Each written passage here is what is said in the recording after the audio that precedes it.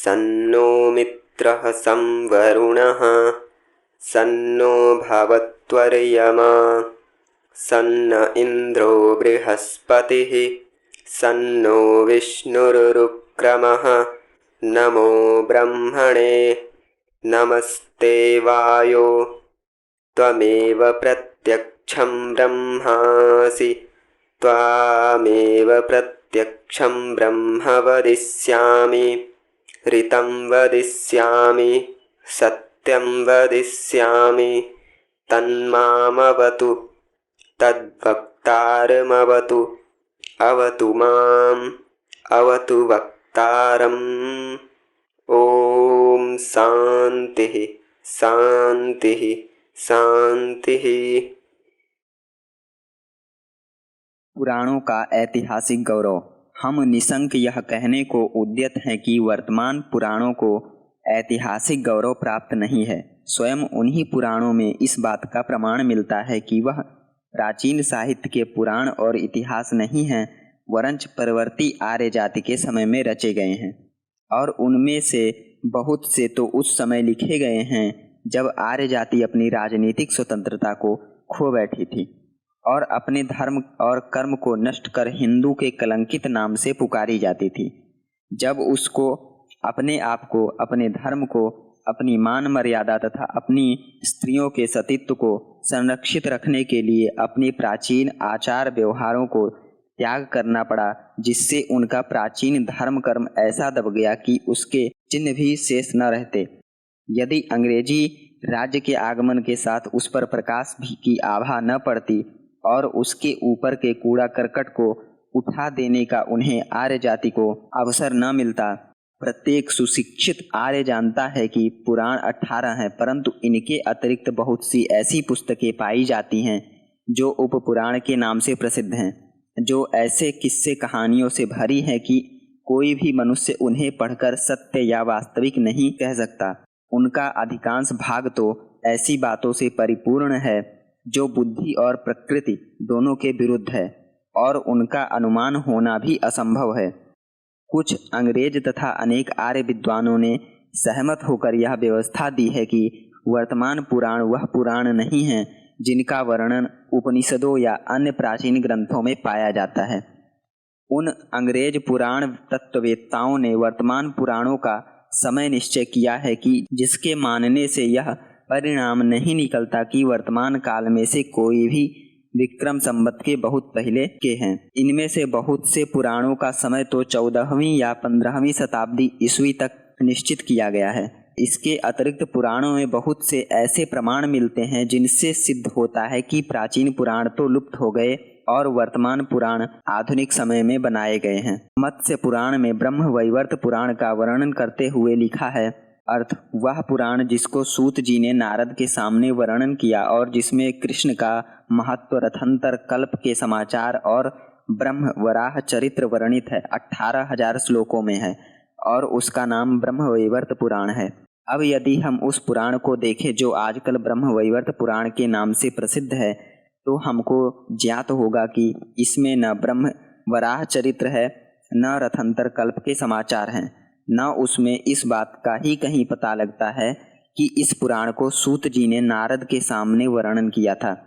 विष्णु पुराण के तीसरे खंड के 6ठे अध्याय के 16 से 19 श्लोक तक यूँ लिखा है, वेद व्यास ने जो पुराणों की विद्या में पूर्ण थे एक संहिता बनाई थी जिसमें आख्यान, उपाख्यान, गाथा और कल्प सिद्धि थी। उन्होंने फिर यह पुराण अपने प्रसिद्ध शिष्य लोमहर्षण को दे दिया। सूत लोमहर्षण के 6 शिष्य हुए, सावर्णी, अग्निवर्त, मित्रायु, वैशंपायन, अकृत, व्रण और हारित। इनमें से कश्यप, हारित और वैशंपायन ने एक एक पुराण संहिता लिखी, परंतु सबका मूल वही संहिता थी जिसका नाम लोमहर्षण संहिता था और जिसको लोमहर्षण ने रचा था। अग्नि पुराण में भी यही लिखा है। अर्थ लोमहर्षण सूत रचयिता ने व्यास से पुराण प्राप्त किया और सूत जी उसके शिष्य हुए। लोमहर्षण, सूत और दूसरों ने पुराण संहिताओं को रचा। इसकी पुष्टि में भागवत पुराण के 10वें स्कंद के 3रे अध्याय के श्लोकों से होती है।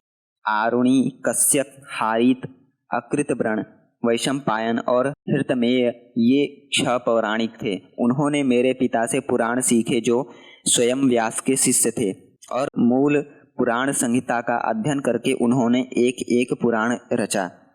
भागवत के 12वें स्कंद के 7वें अध्याय के 5वें श्लोक पर टीका करते हुए पंडित श्रीधर यह लिखते हैं, अर्थ प्रथम व्यास ने संहिता लिखी और उसे मेरे पिता लोमहर्षण को सिखाया। उनसे आरुणि और दूसरों ने एक संहिता पढ़ी और उनका शिष्य मैं हूँ। इन प्रमाणों से यह स्पष्ट सिद्ध होता है कि वर्तमान पुराणों के रचयिता के विचार में वेदव्यास की बनाई हुई पुराण संहिता वास्तव में एक ही थी, और फिर उससे 6 संहिताएं हुई। वे 6 संहिता कौन सी थी और फिर उनका क्या हुआ, इसका कुछ पता नहीं चलता। Mister Ramesh Chandra Dutt, professor Max Muller तथा अन्य यूरोपीय पुरातत्ववेत्तागण भी इस विषय में सहमत हैं कि प्राचीन पुराणों का कुछ पता नहीं चलता और वे लुप्त हो गए। ऐसा प्रतीत होता है कि व्यास जी की बनाई पुराण संहिता, यदि वास्तव में व्यास जी ने कोई इस नाम की पुस्तक रची थी, तो बौद्धों के समय में नष्ट हो गई और पौराणिक समय में दंत कथाओं अथवा अन्य लेख प्रमाणों के आधार पर वर्तमान पुराणों की रचना हुई। उस समय से आज पर्यंत इनमें बराबर कुछ न कुछ काट छांट होती चली आई है, और समय समय पर कुछ पंडित महाशय अपने वाक चातुर्य का या बुद्धि का परिचय देने के लिए टिप्पणी के तौर पर नवीन श्लोक इनमें बढ़ाते रहे हैं। इन पंडितों के वंश वालों ने अपना कर्तव्य समझा कि पुराणों पर कुछ न कुछ अपनी बुद्धि लड़ावें और दासत्व के समय के दुर्बल विचारों को सम्मिलित करके उनको एक अनोखी खिचड़ी बना दिया।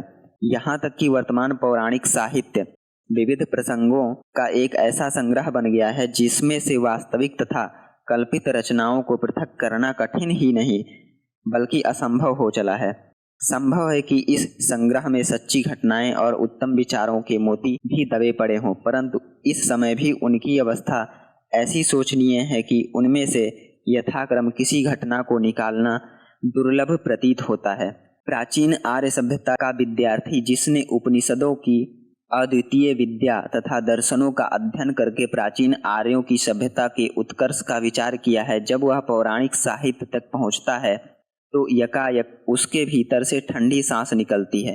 यदि उसका आर्यों के नाम से कोई संबंध है या उसके देह में उन्हीं प्राचीन आर्यों का रक्त है जिन्होंने रामायण और महाभारत काल में प्रसिद्धि पाई थी, तो स्वतः ही उसके नेत्रों से आंसुओं की धारा बह निकलती है और वह चिल्ला उठता है, हाय हम कहाँ थे और कहाँ आ गए। वैदिक ऋषियों की संतान जिन्होंने दर्शन शास्त्रों की रचना की थी, उनकी ही संतान फिर पुराणों और तंत्रों की रचयिता बनी है। कदाचित आपके मन में यह प्रश्न उपस्थित हो कि श्री कृष्ण के जीवन चरित्र का पौराणिक विषय के वादानुवादों से क्या प्रयोजन है। तो हमारा उत्तर यह है कि दुर्भाग्यवश श्री कृष्ण का वह जीवन वृत्तांत जो कुछ लोगों को विदित है अथवा हो सकता है, उस सब का आधार पौराणिक साहित्य ही है। पुराणों ने जातीयता को नष्ट कर मानुषी जीवन को निर्बल बनाने और उसे नीति तथा आध्यात्मिक स्थिति से गिराने में जो काम किया है, वह सबसे अधिक उसी महान पवित्र आत्मा से संबंध रखता है जिनकी संक्षिप्त जीवनी लिखने के हेतु हमने आज लेखनी उठाई है। श्री कृष्ण पर पुराणों ने क्या क्या अत्याचार नहीं किए हैं, यहाँ तक कि संसार के एक महापुरुष को अपने क्षुद्र भावों के तीरों से ऐसा वेधित किया कि उसकी सूरत ही बदल गई है।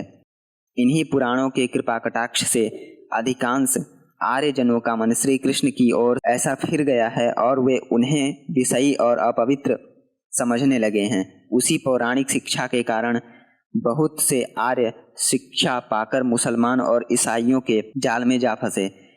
कई बार अच्छे अच्छे सुशिक्षित पुरुषों के मुख से सुना गया है कि इस धर्म भूमि की समस्त अवनति और आपदाओं के मूल में श्री कृष्ण ही हैं, जिन्होंने अपनी निकृष्ट शिक्षा से महाभारत का युद्ध कराया और देश को अस्त व्यस्त किया।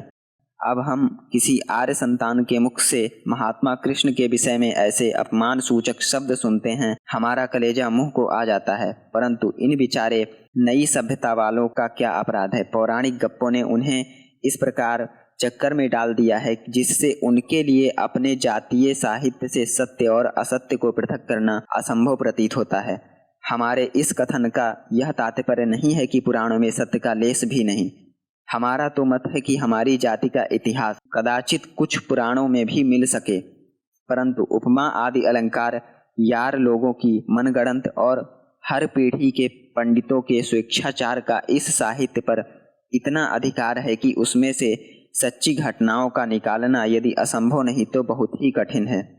यूँ तो लगभग प्रत्येक पुराण में श्री कृष्ण के जीवन के कुछ न कुछ वृत्त अवश्य मिलते हैं, परंतु जिनमें यथाक्रम या सविस्तार वर्णन किया गया है उनका नाम ये हैं: ब्रह्मवैवर्त, भागवत, विष्णु पुराण, ब्रह्म पुराण।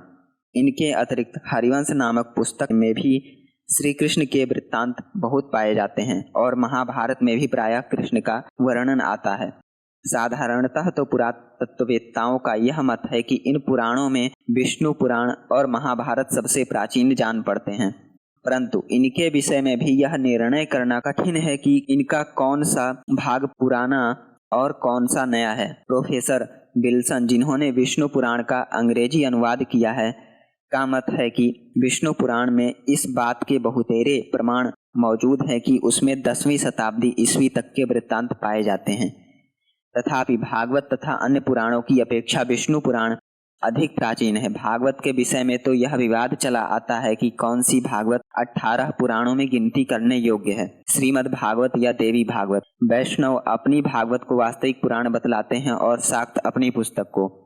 यूरोपीय विद्वानों का मत है कि श्रीमद् भागवत 13वीं शताब्दी ईस्वी में लिखी गई है। जो कुछ हो, विद्वानों की दृष्टि में भागवत से विष्णु पुराण अधिक प्राचीन है तथा उसमें अलंकार का मिश्रण भी कम होने से उसकी बातें अधिक विश्वसनीय मानी जाती हैं। इसके अतिरिक्त औरों की अपेक्षा विष्णु पुराण इस योग्य है कि घटनाओं के अनुसंधान की नींव उसी पर रखी जाए। रचना काल की दृष्टि से हरिवंश, ब्रह्मवैवर्त और ब्रह्म पुराण भी विष्णु पुराण से पश्चात माने जाते हैं। प्रोफेसर विल्सन की सम्मति है कि ब्रह्मवैवर्त गोकुलीय गुसाइयों की रचना है और 15वीं शताब्दी ईस्वी से पीछे लिखी हुई है। अब रहा महाभारत, सो उसके विषय में याद रखना चाहिए कि वर्तमान महाभारत असली महाभारत नहीं है, या यूँ कहो कि कोई यह नहीं बता सकता कि वर्तमान महाभारत में कितने श्लोक असली हैं और कितने प्रक्षिप्त अर्थात बाद में मिलाए गए हैं। जैसे पुराणों के विषय में साधारणतः यह कहा जाता है कि वे वेद व्यास जी के बनाए हुए हैं, वैसे ही महाभारत के विषय में भी यही कहा जाता है। परंतु जैसा हम ऊपर कह आए हैं कि कम से कम वर्तमान पुराण व्यास के रचे हुए नहीं हैं, वैसे ही हमारे पास इस बात के भी बहुत से प्रमाण है कि आधुनिक महाभारत का कुल अंश व्यास जी का लिखा हुआ नहीं है। स्वयं महाभारत के आदि पर्व से प्रतीत होता है कि व्यास जी ने असल महाभारत रचकर वैशंपायन को सुनाया, जिसने लोमहर्षण को उसकी शिक्षा दी और जिससे उसके पुत्र उग्रश्रवा ने उसे सीखा। आधुनिक महाभारत के पहले 2 श्लोकों में ग्रंथकर्ता, जो अपना नाम प्रकट नहीं करता, लिखता है कि वह उस महाभारत को लिखता है जो उग्रश्रवा ने कुलपति शौनक के 12 वर्ष के यज्ञ में ऋषियों के सम्मुख सुनाई थी। आदि पर्व प्रथम अध्याय के 8वें श्लोक से प्रकट होता है कि स्वयं उग्रश्रवा को भी 8000 श्लोक याद थे और उस समय भी यह विवाद था कि वास्तविक महाभारत कौन से श्लोक से प्रारंभ होता है। आदि पर्व के निम्न श्लोक से प्रकट होता है कि व्यास जी ने असल में केवल 24,000 श्लोक बनाए थे और फिर 150 श्लोकों में उन 24,000 का संक्षिप्त आशय वर्णन कर दिया था। श्लोकार्थ: व्यास ने असल में 24,000 श्लोकों में भारत बनाई, विद्वान उसी को असल महाभारत कहते हैं, परंतु आधुनिक महाभारत में 1,07,390 श्लोक हैं और 268 श्लोकों में तो केवल सूची पत्र लिखा गया है। इससे यह परिणाम निकलता है कि आधुनिक भारत में कितनी वृद्धि हुई है और इसी से उसकी ऐतिहासिक स्थिति कितनी कम हो गई है। अनेक हस्तलिखित प्रतियों में तो आदि के कई अध्याय ही लुप्त हैं, जिसमें professor Max Muller mister Ramesh Chandra Dutt रचित कविताबद्ध महाभारत की भूमिका से परिणाम निकालते हैं कि यह सारा अध्याय पीछे से बढ़ा दिया गया है। सारांश यह है कि वर्तमान महाभारत में बहुत कुछ मिलावट है, फिर भी कृष्ण विषयक जो कुछ हम जानना चाहते हैं वह हमको इन्हीं दोनों ग्रंथों से